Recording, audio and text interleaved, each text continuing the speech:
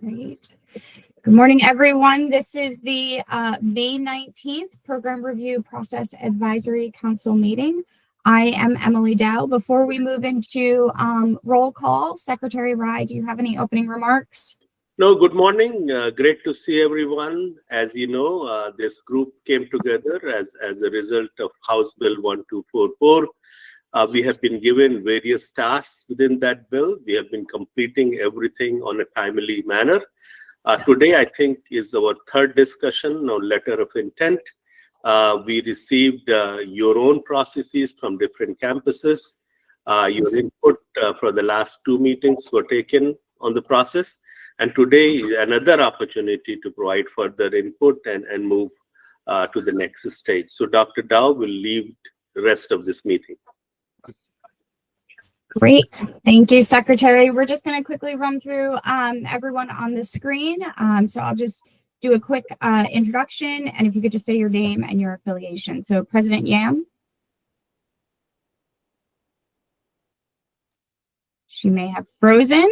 I'll come back to her. AG Ward. Here. Great. Thank you. Dr. Jaskin. Here. Great. Secretary Rye, you're here. Dr. Khan. Good morning, everyone.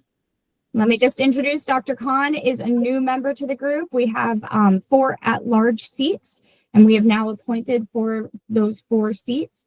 Dr. Khan, do you want to just briefly introduce yourself, share who you are and where you're from? Sure. My name is Dr. Raza Khan. I'm the Division Chair of Sciences at Carroll. I do chair the STEM conference as well, and I'm a proud parent of 2 kids. Both of them go to Maryland. Both of them are Carroll Community College graduates. One of them goes to College Park. The other one went to Stevenson and has a JUB Law. And the oldest one, he's 20, I think. He's either 19 or 20 years old. He's 19 years old, doing a law, and he's an adjunct faculty as well. Great. Thank you, Dr. Khan. Glad to have you here. Dr. Perman. Jay Perman, Chancellor, USM. Great. Dr. Silva. Hi, Lindsay Silva, Associate Director of Academic Program Review for MHEC. Great. Alex Wynn. Present as well. Happy to be here. Good morning, everyone. Great. Thank you. Dr. Beese. Hi, Betsy Beese, Senior Associate Provost at the University of Maryland, College Park. Great. And for those not familiar with Dr. Beese, she is also one of our new at-large members. So glad to have you on board, Dr. Beese. Thank you. AG Layton. Good morning. Good to virtually meet all of you. I just joined the AG's office last week. Great. Thank you. And again, for those of you not familiar, so we have our lead AG is Kimberly Ward. We have a second AG, Elizabeth Layton, and as she just said, she joined the MHEC team just last week. So I think this might be your first official public meeting for MHEC. That's correct. Glad to be here. Thank you. Dr. Anderson. Good morning. I'm Heidi Anderson, and I'm the president of the University of Maryland Eastern Shore. Thank you, Dr. Dow. Great. Thank you. Dr. Whitehead.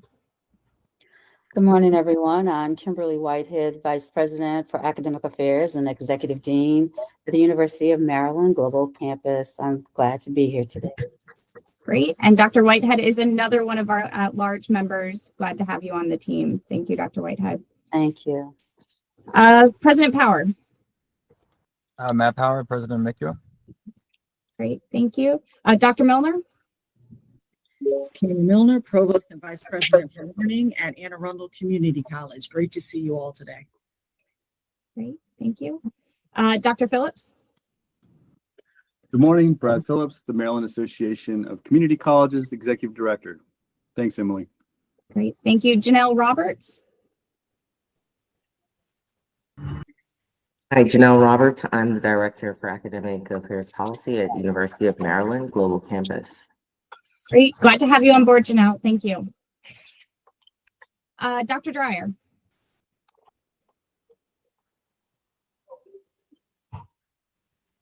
Dr. Dreyer had emailed me and said that she may have been having some internet connection, so we will skip over. Our Deputy Secretary. Hi, buenos días. Good morning, everyone. Elena Quiroz Lavanes, Deputy Secretary here at the Maryland Higher Education Commission. Thanks, Dr. Dow. Thank you. Alexis.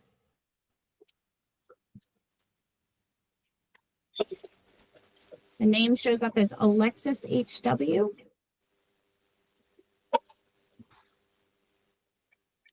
Come back to Alexis.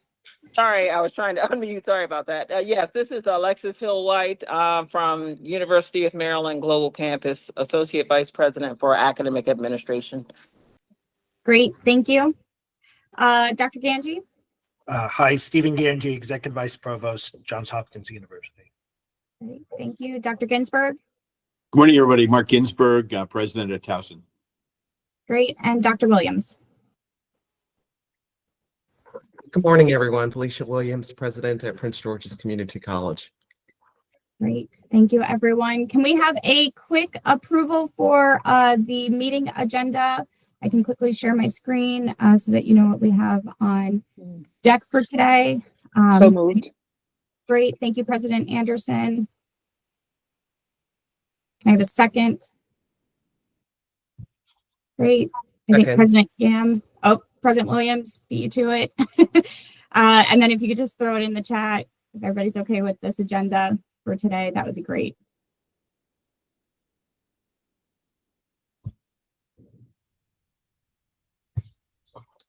So do a yes in the chat. There we go. Thank you, Dr. Khan.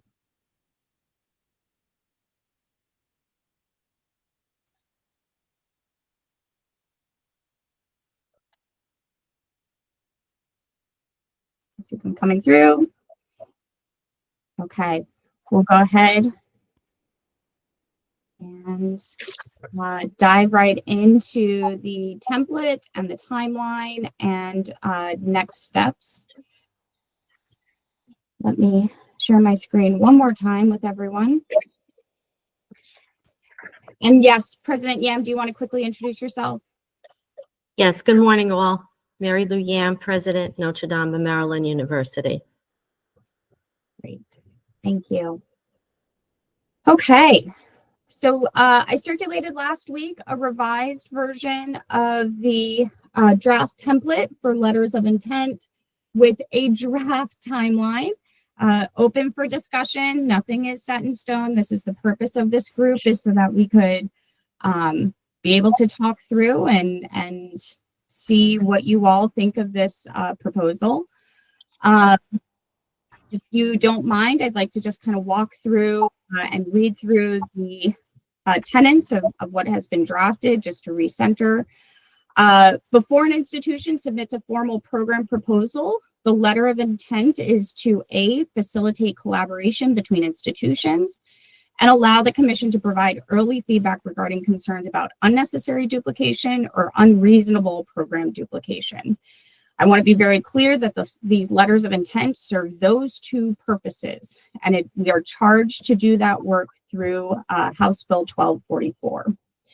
While the letter of intent enables dialogue and transparency, it does not establish any priority or right of first refusal for program approval.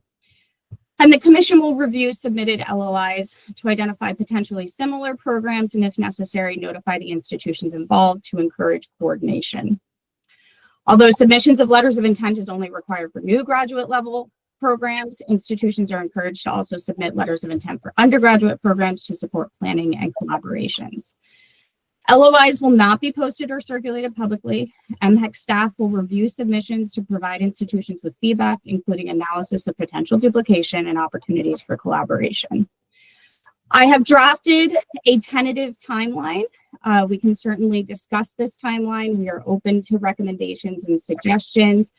I do want to recognize that I received an email from our provost at UMBC indicating that a summer deadline would be challenging because faculty are often off contract. So willing to entertain some alternative timelines to implement a letter of intent process for the fall, if that is the wish of this group. So wanted to say that out loud, knowing that he is not present at this meeting.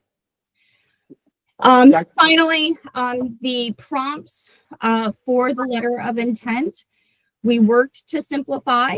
I want to re-emphasize what we have said in earlier meetings, that these do not need to be lengthy responses. These can be a couple of sentences, they can be bullet points. It is early engagement for the purposes of duplication and for potential collaboration. So these are the base prompts that we will need answers to enable in order for us and staff to be able to do that work. So we really did work to get to the bare minimum to meet the purpose of what the statute requires us to do around early warning signs of duplication and the opportunity for collaboration. Just for the purposes of sharing my screen, let me just finish scrolling, knowing that this is being recorded. So we've narrowed it down to as much as we could, again, to make this bare minimum. So let me stop sharing and open it up for discussion. President Anderson, please. Thank you very much, Dr. Dow. We had also sent you a response earlier, to some of the information. My provost and faculty, we reviewed everything as well and indicated the same, that summertime would be very difficult because the faculty are not here. The second thing is, even with them coming back in the fall, trying to get them up to speed on the new process. So our suggestion was to implement the process beginning spring of 2026, if we could wait that long. The second thing that we had suggested was considering grandfathering in previous LOIs that had already been processed and already been already completed. That way people would not have to resubmit with the new LOI process. So those were the two things that we had looked at and had sent to you when we were discussing this the last time. Okay, great. Let me know if you have any. You're welcome.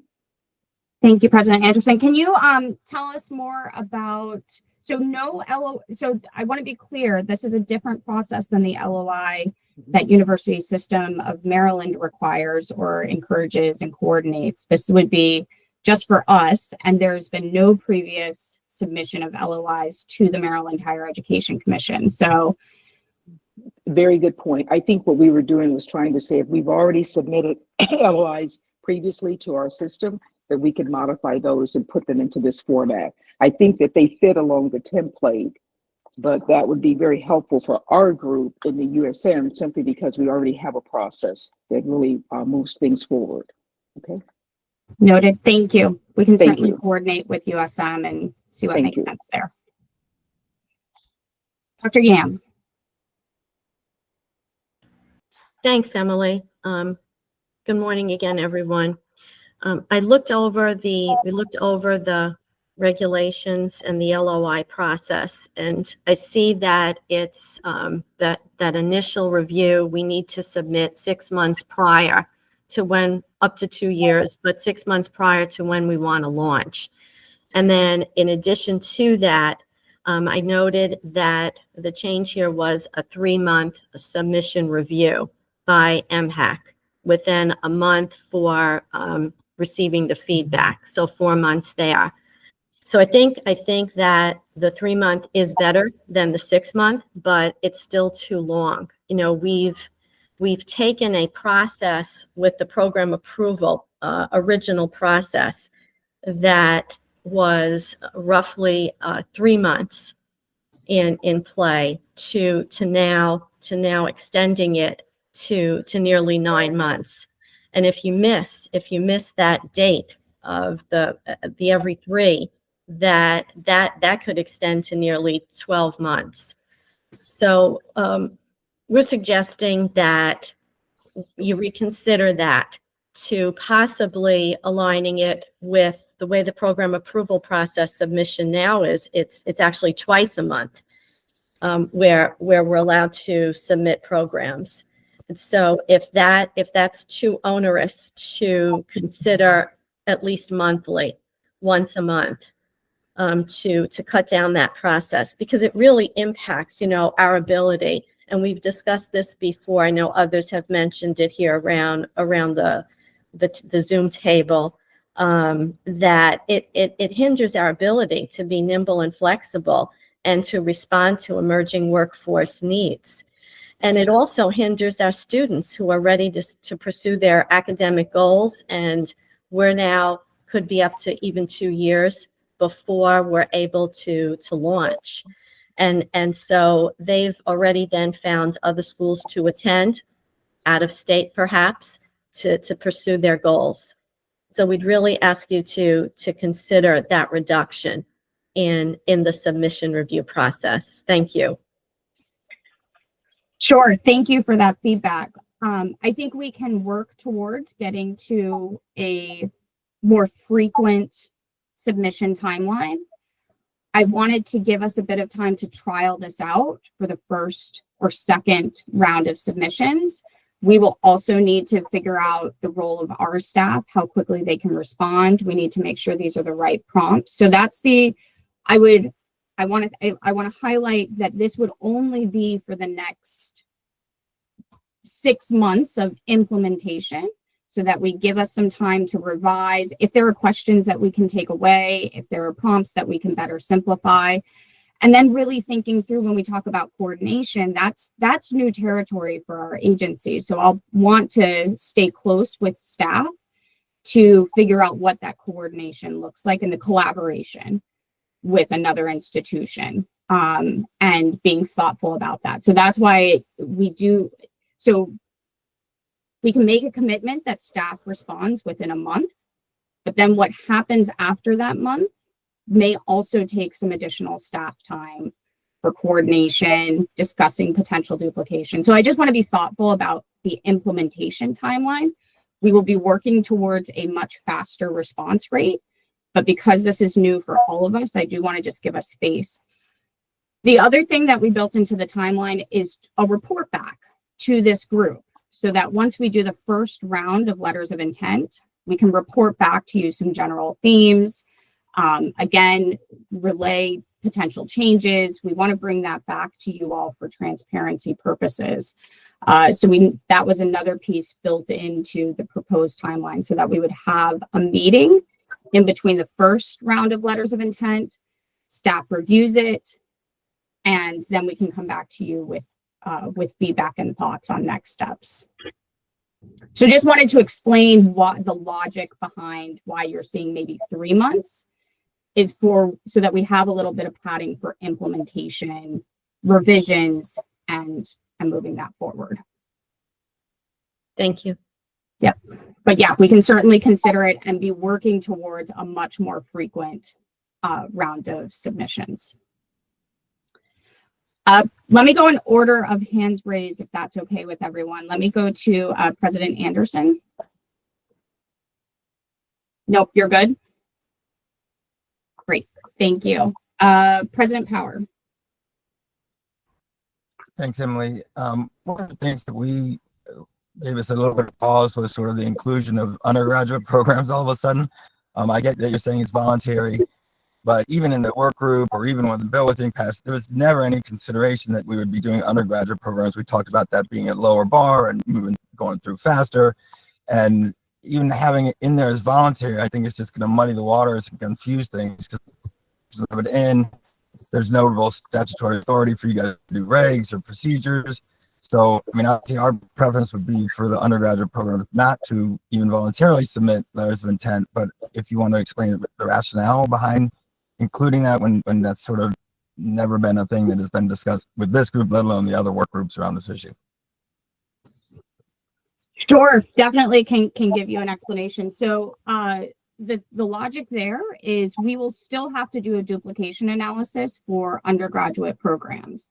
So we wanted to make sure the door was open, that this was not only a process for graduate programs, but if an institution's like, we may have a duplicative program, it leaves the door open that a school could submit a letter of intent so that we can engage earlier on before the development of a proposal, a full proposal. So it's just to say it's not required, but we would welcome it. And as an agency, we would be happy to sit and think through collaborations and potential duplications prior to a full submission of a proposal for an undergraduate program. So it was meant to be an opportunity to say, if a school wants to raise that flag a little earlier for an undergraduate program, we want to play that role. We want to get out of the business of getting so far along with the development of a proposal, we're finding out or we're engaging on a potential duplication issue really way too late in the game. So we still have an obligation to review duplication at the undergraduate level. We want to leave that opportunity on the table for an institution to engage with us earlier in the development of a program proposal rather than later. But I hear you that it could be confusing. And yeah, I think just, lastly on our side, I think, the statute is clear what it applies to and what it doesn't, right? It applies to graduate programs. And to sort of toss in undergrad at the very end seems like it'll be confusing. The statute's clear that it doesn't have a right of first refusal for graduate programs. It says nothing about undergraduate because they're not included. So if an entity wanted to reach out to you earlier, they certainly could outside of the LOI process would be our suggestion. Thank you. Sure, we can definitely look at that language. Dr. Khan. Good morning again. Since I joined this advisory council late, what I did was I watched all the prior recordings of the meetings, and I will start with a very foremost gratitude to the academic leaders who see to ensure that the faculty work is not overburdened, the process is streamlined and simplified. So foremost, thank you to all of you, because I think that was the key message almost in every meeting, that we want our faculty to have a streamlined and simplified process. So for our leaders to say that on behalf of the faculty, please know that it means a lot. Dr. Dow, I do have a burst of feedback, so I'll just, let's see what sticks and what doesn't stick. So the first one is, I was also concerned with the July 2025 feedback. As you know, at the Faculty Advisory Council, we are very cognizant of faculty contracts. However, I'm kind of okay with that for one reason only, and that allows MHEC to pilot the program with a small number and see what happens with the time frame and pushback as well from your staff if they're able to do that, because this is not going to be a public facing document. So that's the only reason I'm okay with it. But I want to be on the record as well that we have to be respectful of faculty's contract, and there are very few faculty members who might be on the 12-month contract at the four-year college. The other key piece I think that was discussed was we wanted this process streamlined, not because we want less work. We already do too much work. So, give us more work that doesn't help us. But I think the key message is that we want to be nimble. And I will tell you, as a parent of two kids, one of my, again, I'm not going to name colleges again now, one of my son is going to college in Maryland because he's looking for a job that doesn't exist. And that's something we need to be aware of. He didn't go to, I'm not going to say what state, because some of you might be graduates of that state colleges out there, but he didn't go to other colleges because they didn't think that that could be a future. Maryland is the future of the jobs that don't exist. And I think both of my sons went that way. Even the one who went to law school, he's looking for a job that he believes that it will make it happen, and his provost is going to make it happen. It doesn't exist. So for us to be nimble in the workforce is really, really critical if we are not going to hemorrhage our students leaving out of state. Now, coming to the form, Dr. Dow, I did look at the first initial draft to the final draft, and your staff has done a major job of streamlining it. One thing I will tell you as a faculty, if you don't give us a word count limit, we think it's paragraphs. Simply put, I will tell you that because we want to present the best as of the best. And I know our academic leaders will say, well, we didn't want you to do that, but we will do that. So I think there has to be a word count limit. So that's one criteria. The other one was, if you look at the document itself, so I'm going to go in the paragraphs now, the draft program details. When the second question described the intended competencies and skill, I don't think that's appropriate for the LOI from what I've heard of the duplication, and I did read the legislation, the 1244 as well too. I think the program description will provide you enough information, so I wasn't sure why you needed the information about the competencies and skills. I think that is for maybe the full proposal. It needs to be there, but not at the LOI. And the same thing about the intended employment for graduates, maybe just list what are the current employment out there, but with a caveat that there are going to be jobs that don't exist today that may exist 3 or 4 years from now. So that was one. And then in the other section where you have the intended population to be served, one of your question is, one of the MX question, not your question, but one MX question is potential admission requirements for the program. And as President Powers talked about, that this is intended for graduate programs. And if I'm not mistaken, graduate programs, generally speaking, have a general standard for applications. So I'm not sure what that question gains out of the duplication process by asking what are the admission requirements. So I don't see that. I think potential prerequisites will give you that information. So at the graduate program, I didn't see the need for that. Now, there might be that need in the full proposal, but not in the LOI. And in the resources section, there's a question, will you need to build a new building facility or significantly, and that's the keyword, or significantly upgrade an existing one? I think as faculty, and I say this, and our academic leaders probably will chime in better than I will, when it comes to significant improvements structurally, I think that is a capital funding to begin with. And I think that question is already asked. So perhaps, from my view, capital funding question, which is next to it, will answer that question for you, because I don't think new building is just built by philanthropy or by tuition. It is always capital funds that are tied into it. So I think if those questions could be streamlined, I think it becomes better, but please have a word count. Otherwise, we will write. Thank you.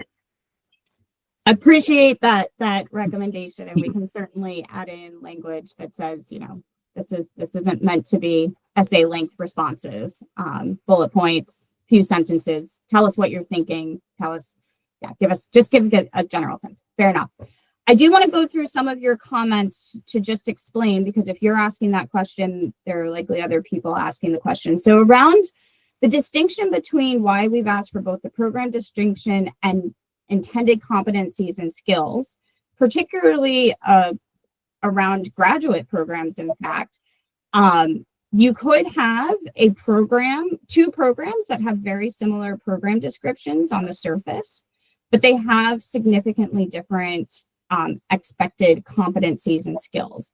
So just because you may see a graduate program have a research methods course, the purpose of that research methods course could be to become scholarly or to have applied skills in research and methodology. And we sometimes aren't able to make that distinction simply with a program description. That a program description does not give you all of those details around, well, really, what are going to be the outcomes? What do you want students to learn as part of the program, which is why we have that follow-up question around competencies and skills. Just some additional language, targeted language that may not be found in a broader, what kind of program is this and what are you trying to do, program description. If the program description can include, some base information around competencies and skills, great. But that's why we make that distinction, is sometimes a program description does not give us those details. And really, this is an opportunity for the institution to tell us why their program is different from another program. These are prompts to help us figure out the distinctions. So the earlier we can get campuses to start thinking about that and articulating that, the better of the outcomes that we're going to have. I think I skipped one, but let me run down to admissions requirements. Again, the admissions requirements this has come up in past duplication analysis, that the programs are similar, arguably similar, both in description, competencies, but they are attracting different student populations by virtue of the admissions requirements. So different test scores, a requirement of a previous degree, the requirement of experience in the field. Those are admissions requirements that could arguably make a distinction for the two different programs. So that's why we are asking, and again, that comes from real examples in recent years around distinction of programs. And that has been an argument that we have entertained, that two programs could be different because they are attracting different student populations, different experiences, different skill sets, and and therefore are different programs. Dr. Khan, I feel like there was one in between competency, skills, and admissions requirements. Was there? Yeah, there was one. It was a minor one about intended employment for graduates. I would have rather listed the jobs, but with a caveat. And the last one was about the capital funding. The question before the capital funding. I think the capital funding should answer that. Yeah. So appreciate the distinction. There have been some times where significantly upgrading an existing building didn't necessarily come through capital funding, and not all capital funding requests come through our agency. So again, we can wordsmith that a little bit, maybe collapse the two questions. It's intended to get at a different way in which a campus might, and that some campuses do have the philanthropic dollars to make upgrades without going through the capital funding process. So just a way for us to just kind of know, again, back to this idea of facilities and what is physically needed to be able to operate a program. But we can make clear up front, you know, answer in bullet points, answer just with a couple of sentences, and you know, we'll evaluate. Does that, hopefully that answers and gives some context as to why we're asking some of these questions. And also the admission requirement, Dr. Khan, your observations were good, but sometimes happens that you may have a graduate program in certain area that can be, that can have a focus that could be very different depending on who is in the program. Some students may come from a STEM background and study environmental science in a very different way than some students who are coming from non-STEM program are in the environmental area. So then, you know, those two programs could be very different because depending on who's sitting in the classroom. So, thank you, Dr. Ryan. Thank you, Dr. Dow. This has helped me. Quick feedback, because I know there are others with hands here. When I read the document as a faculty, I'm thinking, what do I have to do so that my questions don't get flagged for duplication? So, and you know, when you read that there, and that's the key piece is how do you assure, because as you mentioned, Dr. Rai, that each college has an internal program of vetting what programs are going to be submitted to MHEC for approval to begin with. But I think for the faculty perspective, when you read the LOI and it is very condensed, a bullet format, we want to make sure that they are not flagged unnecessarily, because then that delays the 2 months to 3 months. So when I read that audio, I was thinking about, are you flagging me for admission requirements, or are you flagging me for the program description and competencies by the legislation, the 1244 legislation? Okay, but thank you. I'm good. I appreciate that framing, because that's you would get flagged if we thought that there was potential duplication and if we thought there was opportunity for collaboration. So yes, so it's that's helpful contextualization. Dr. Ginsburg. Yeah, thanks. I'll be very brief because it's some of the same comments other people have made. So I want to reinforce three quick things, Emily. One is, I think this is a time when we have to keep it as simple as possible. That it's a moment in time with everything that's going on at universities, that adding more bureaucracy, I couldn't think of a more challenging time to do that. So if the KISS principle is one that you can embody, it would be really helpful. And one way to do that, I think, is someone mentioned word limits. I'm not a big fan of those, but I am a big fan of trying to only have essential information that's truly essential to the review process on the form.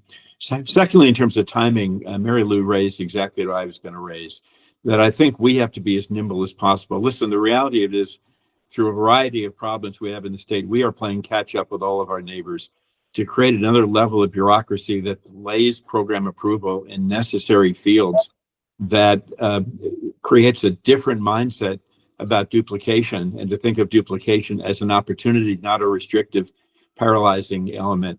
Not as a restriction, but as a paralyzing element. I just think that's essential. I've been harping on that since we started this. So nimbleness is important. But to that point, you, I think, wisely said you need to test drive this before it becomes reality. I think there's a way to have both. And one thing I would suggest you consider is that for the first 1 or 2 administrations, have some timeframes. But after that, go to a rolling admissions process. We talked about that in the past, and I think it gives you what you need is a chance to test drive a process and gives what I think the field needs, but more importantly, what the students need, and even more importantly, what our economy needs is a chance to be nimble, quick, and to bring to market important programs. Thirdly, I want to reinforce what someone said. I really worry about your inclusion of undergraduate in here. I know you're doing that in a benign way. There is nothing benign. I think that creates a foreshadowing that to me is terribly problematic. I think by even raising it or mentioning it, what you do is to create the creep that will undoubtedly become reality, that this process will extend to undergraduate programs. And so I would urge you and urge others to support the notion to remove that entirely from any element of the process here. It's not been part of the legislation. It's not been part of the intent. There's no reason in the world to include it from my perspective. Appreciate the time, appreciate the comments. And also I would say I appreciate your work in trying to accomplish our joint objectives to have a process that works, and really appreciate your thoughtfulness. Great, helpful feedback. 2 points for remove undergrad. Got it. Dr. Perman. Well, 3 let points. me more than second the comments just made about undergrad.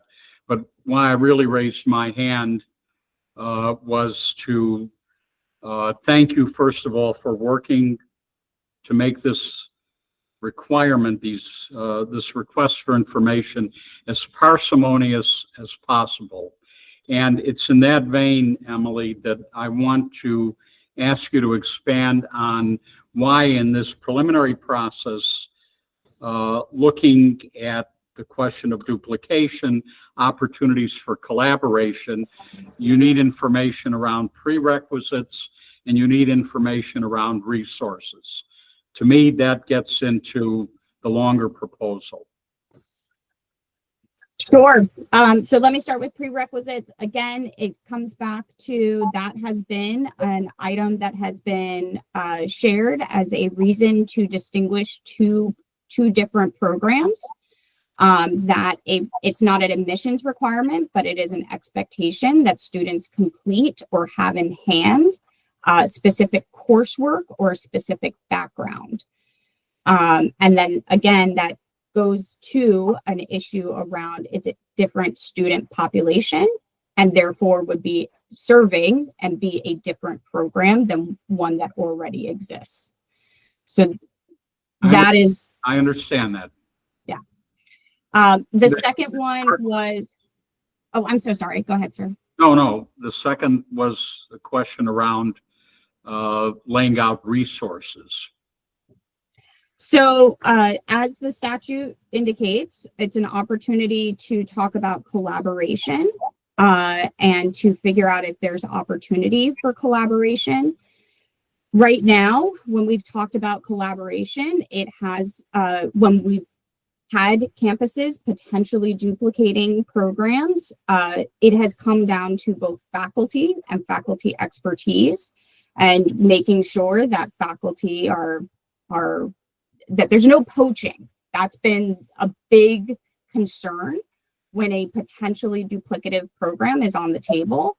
You're going to take my faculty. And so we want to better understand if you have existing faculty to do this work, or will you have to go and get specialized faculty to implement a new program? So that's why we ask questions about faculty as a resource and potential collaboration. The second is around physical resources. Again, if there's an opportunity for campuses to share resources, physical spaces, particularly in the hard sciences, whether that's labs or other types of facilities, that is an opportunity for collaboration. Now, we're open to, those have been the big ways that we have entertained collaborative opportunities between two campuses. But if there are other ways that campuses can collaborate, open to adding in prompts. But that's the reason why we are asking those questions.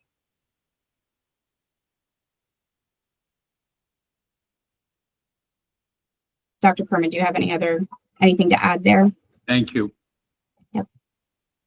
So when at least in my experience, we saw few challenges in the duplication process. Access to students.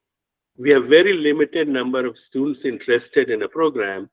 So if there are 2 or 3 similar programs are offered, then there's a competition for students. We saw this in a particular program. Faculty also, that also came up, that we have limited availability for faculty. If another institution offers program in the same area, that will create competition for faculty. So this came up in couple of challenges, but also I think state resources. How are we using state resources wisely as we offer programs to serve all the students? But again, Chancellor, your comments are well taken, and we will see how we can appropriately adjust that process. Yeah, respectfully, I'm not compelled by the argument about maybe you'll take my faculty. That begins to infer behavior, and it's very speculative. I think that's an overreach, colleagues. I can assure you it has come up multiple times in our... Well, my opinion. Yeah, appreciate that. Dr. Ginsburg, your hand is still raised. I don't know if you're... Oh, sorry, my fault. My bad. No worries. Dr. Phillips. First of all, thank you all for including community colleges in this conversation. And it's with that I've been listening intently to what everybody else has to say, knowing that this impacts my four-year friends a lot more than it has community colleges.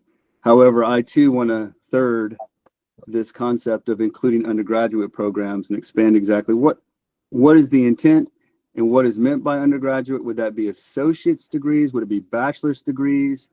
A lot of my campuses do not understand the concepts of program duplication and what we're offering. So I just want to be clear as to what could be the camel's nose under the tent to include a much larger process than what was originally, I think, the scope. Sure. So let me give you one advantage, and particularly for the community colleges, and not necessarily to submit. So let me organize my thoughts for a minute here.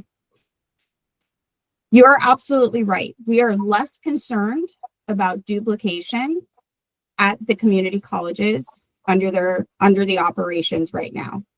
Community colleges have the mission to serve the community that they engage with, whether that is one county or multiple counties. And therefore, duplication in many ways is to be expected in light of that what we see happening at CCBC is going to be potentially very similar to what is happening at Prince George's and what's happening over on the Eastern Shore in Western Maryland. So one, you've got the mission element that our community colleges share a mission to serve their local communities. The second reason why we would tolerate duplication at the community colleges is because many of your programs are designed to be feeders, transfer programs into the four-year institutions. And so in many ways, if they are supposed to be the first 60 credits of a four-year degree, they need to have a lot of similarity from one community college to another. So for those two reasons, big reasons, we expect duplication and are tolerant of duplication at the community colleges. So I would not expect for associate degrees, by and large, to need to go through this process. However, it is with the bachelor's degrees that we would, and again, we have entertained duplication analyses and objections at the undergraduate level for both professional and broad liberal arts and science bachelor's types of degrees. One element that we could do to support, which is not included in any of this, because again, we recognize the statutory requirement is for graduate programs, but I do want to put this on the table, that if and when we ever got a undergraduate bachelor's degree program, in the context of collaboration, we could maybe help flag potential opportunities for transfer. and potential coordinated efforts for transfer. That's not included in this because, again, this is focused on graduate programs, but it is something that we have discussed internally that would help in that vein of collaboration between and among institutions.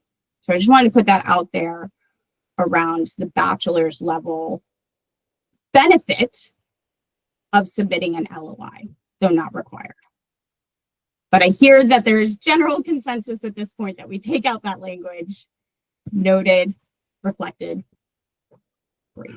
What you just mentioned, Dr. Dow, might be a good addendum to the academic approval process itself without the letter of intent. Just a thought. Yeah, thank you. Dr. Jaskin, I think you're our last comment. Yeah, thank you. I just wanted to echo Chancellor Perlman's, excuse me, the sentiment related to coaching of faculty. I think it's probably fair to say that the majority, if not all, of the new programs that we could be putting forward meet significant needs, workforce needs, and are likely to have competition for faculty. So I just wanted to make sure that that was sort of noted as a concern on my part as well. Yeah. So again, I let me say this.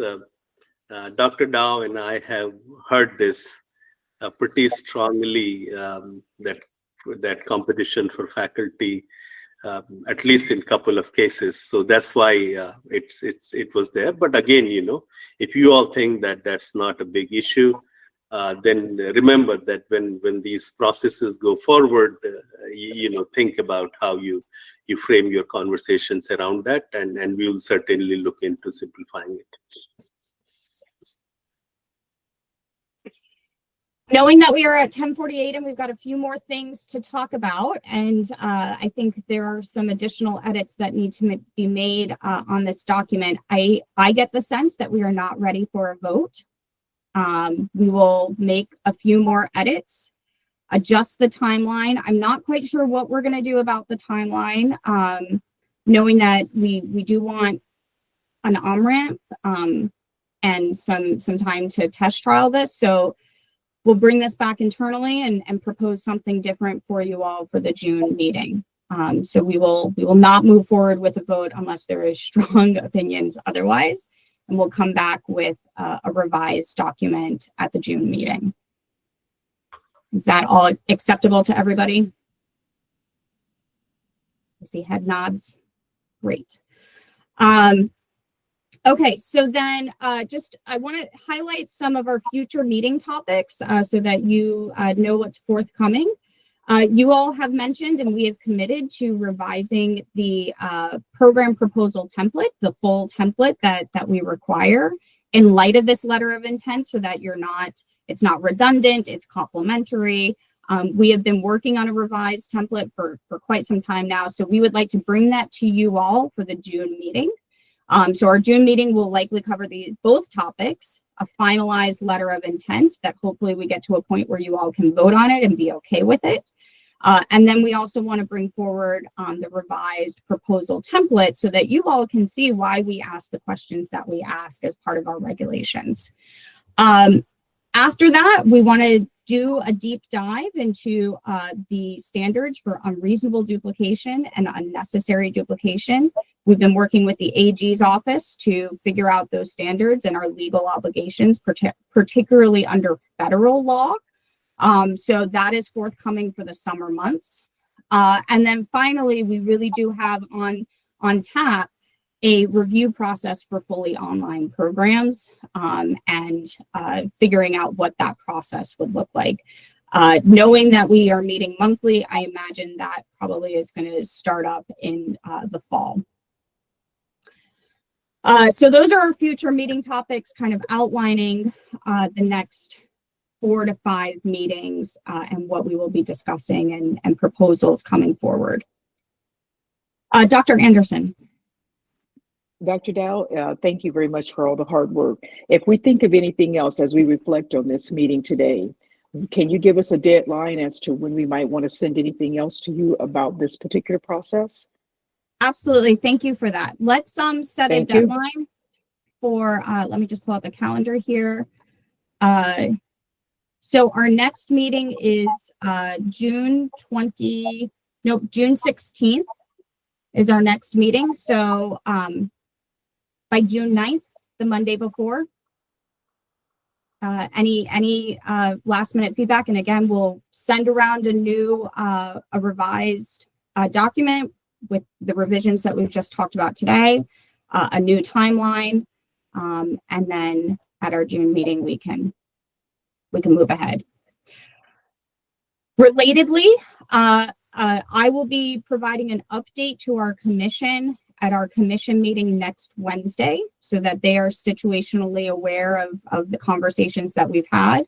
They ultimately will need to approve this process.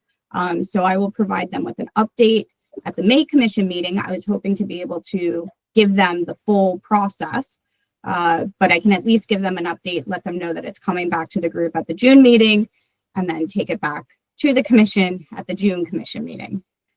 So a few additional layers before implementation so that they can give their stamp of approval as well. Okay, finally, Dr. Khan, yes. Dr. Dow, in one of your prior meetings, if I heard correctly, you said that once the LOI template was approved by the advisory council, you would probably, MHEC would probably bring regulations into play as well. So do you or Dr. Rai have a approximate time frame as to when that regulations will come into play? Because I think that will trigger that this has to be done. But again, I do like the idea of piloting it out, testing it out. And then I agree with the leaders here that even though the legislation says 6 to 12 months, it shouldn't prevent them from doing quarterly submissions or rolling submissions, to be honest with you. But in terms of regulations, does the HB 1244 require MHEC to have regulation in place by a certain deadline? Because now we are going to also be revising the program proposal template as well too. Right. Yeah, so no deadline to do regulations for letters of intent, but there is an expectation from the General Assembly that this would be a regulatory process. Typically, we would start with regulations, but because this is a new process for the agency, we're going to start with a pilot, as you all have described it, and then develop regulations once we get the system down so that the regulations reflect the process that we've all agreed upon. So I would be hopeful that we can get 2 rounds of review done of a letter of intent process before we move forward with formal regulations. That way we have 2 opportunities to tweak it, make revisions, and adjust accordingly. So that does mean 2026 then? Yeah, I would hope that we could get draft regulations at least in front of this group by the end of the calendar year. But at this point, that may be a bit aggressive, depending on timelines. So more to come on that front. Okay, I have one more important question for the group. On June 16th, we do have a conflict. We have 2 advisory councils meeting at the same time. I am wondering if the group has the flexibility to move this meeting to a 9 a.m. start time on for our June meeting date, which the date has already escaped me. I just said it. June 16th. Could I just get a straw poll in the chat? June 16th, could people start do this meeting 9 to 10 a.m.? And if there is general okayness, then we will move the start time to 9 a.m. on June 16th. I see thumbs up, head nods. Is there anyone that cannot do 9 a.m.? Dr. Anderson, you cannot. Know that you can send a proxy. Okay. Yeah, I have my usual, my other committee meeting that I'm on. It also meets at the same time at 9 o'clock. So I can send a proxy. Yep. You are welcome to send a proxy. Dr. Yam, would that be okay for you as well? Okay. Chancellor is not available either, right? Oh, no. I'll have to send someone. Okay. Okay. Okay, we'll put this in an email and try to get this resolved this week, so that we know if we just need to reschedule the meeting holistically, or if enough people can attend at the 9 a.m. with or without a proxy. So more to come. Please keep an eye out for an email from me on this front. Secretary Rye, closing remarks? Yes, thank you. Very, very helpful conversations. Having faculty in the room is you can see how helpful it could be. Dr. Khan went through pretty serious suggestions, and all of them will be very helpful. We want to make sure that all your thoughts are reflected in the process. This process has to be there because of the bill. Duplication has been a challenge for the state for the last couple of decades. Let me tell you that I see a lot of good approach in our state. Since I came into my role here at MHAC, we have probably approved more than 200 academic programs, more than 200. We had a couple of conversations where we had to make some tough decisions, but generally, we are making progress. Things are working.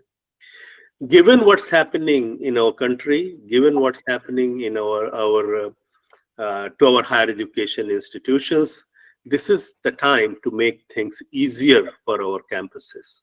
We completely agree with that, but we have to make sure that we abide by the law and also make things easier for our faculty, staff on our campuses. We have no reasons for increasing more bureaucracy. We said 3 months, but when I said those 200 programs, majority of them were approved within 45 days. So within what we can do, we are trying to expedite the process. Our general challenge is how do we align what we offer in our curriculum with what's happening with business and industries. New programs are needed for emerging areas of our businesses. Certainly that's needed. But we have to think very seriously about our existing programs. That's where majority of students are there. New programs will attract few students, but what do we do with the existing programs? There, I think MHAC has done really a good job in revising the program modification process. Now, an institution can change an existing program by 50% without doing any paperwork. I think that is remarkable. And I like to make sure that faculty on campuses are aware of this, that now your business industry is changing, whether it's AI or other things that are impacting every part of our curriculum. Faculty have the option of revising their program by 50%. And I think that is a good thing. Again, thank you so much for your guidance, your input. Everything you say here will be taken pretty seriously, and we will improve the process as we move forward. Thank you very much. Thank you, Secretary Wright. Thank you, everyone. More to come for our June meeting. Bye-bye.